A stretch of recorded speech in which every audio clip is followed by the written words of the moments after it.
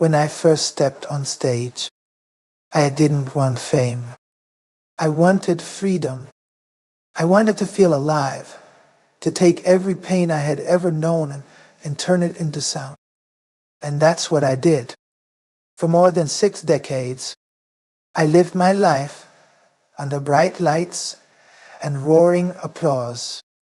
But there came a time when even the loudest stage felt quiet inside. The truth is, I didn't stop singing because I lost my voice. I stopped because life was calling me somewhere else. Today, I want to share the 5 reasons that led me to walk away from the stage, not as a goodbye, but as a final celebration of everything I became.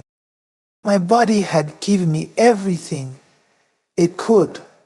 I was never built for rest.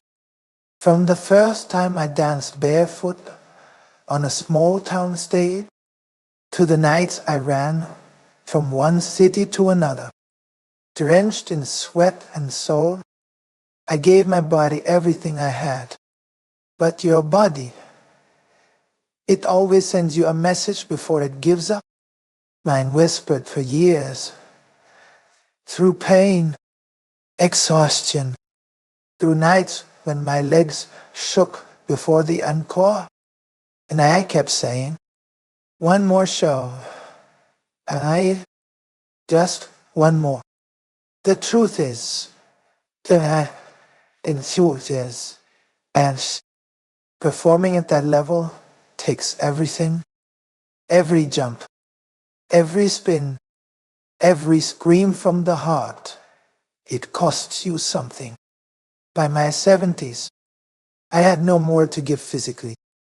Not because I didn't want to, but because I had already given everything. I used to collapse backstage, smile for the cameras, and tell myself I was fine. But pain doesn't care how many Grammys you've won. So I stopped, not out of weakness, but out of gratitude, because my body had carried me farther than anyone believed possible. It deserved rest. The emotional weight was too heavy. People saw the fire, the energy, the power, but they didn't see the cost. They didn't see the fear behind the smile, or the pain behind the voice. Every time I went on stage, I carried the memories of a past that once broke me. Abuse, survival, reinvention. I turned that pain into performance, and that's what made it real for people. But after so many years, the pain stops inspiring you. It starts to exhaust you. Distrust of There were emotion, nights a when I finished a distrust of concert, love, go having back to those my feelings. dressing room, Does that at and all sit in reflect how you silence feel for an about it? hour No, before I could even in my speak. Because giving that much emotion, night after night, drains the soul. And I realized something. I didn't need to keep reliving my pain to prove I had survived it. I wanted peace more than applause. When I stopped performing, people asked, "Don't you miss the stage?" And I said, "No, I don't miss it, because I finally found peace." The world had changed, and so had music changed. Audiences changed, and for the first time in my life, I didn't feel like I belonged to the noise anymore. The industry became faster, louder, digital. I came from a time when the microphone caught real sweat, when a stage light burned hot enough to blind you, and when the voice was raw, not tuned. Watching the new generation rise didn't make me sad.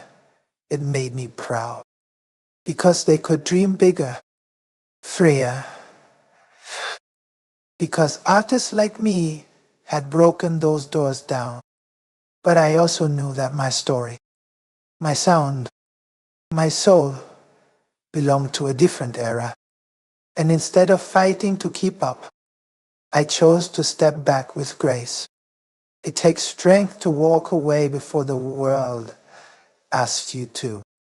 And I wanted to leave while my flame was still burning. So I left not because I was done, but because I was complete. I wanted to live, not just perform. People think artists live full lives because they travel the world. But when you're always performing, you're never really living. After my final tour, I woke up one morning in my house in Switzerland and realized something beautiful. I didn't have to pack a suitcase. I didn't have to rehearse. I could just be. I had spent my youth proving my strength, my middle years reclaiming my freedom. And in my later years, I wanted to reclaim my peace. I married the love of my life, built a home surrounded by mountains and water.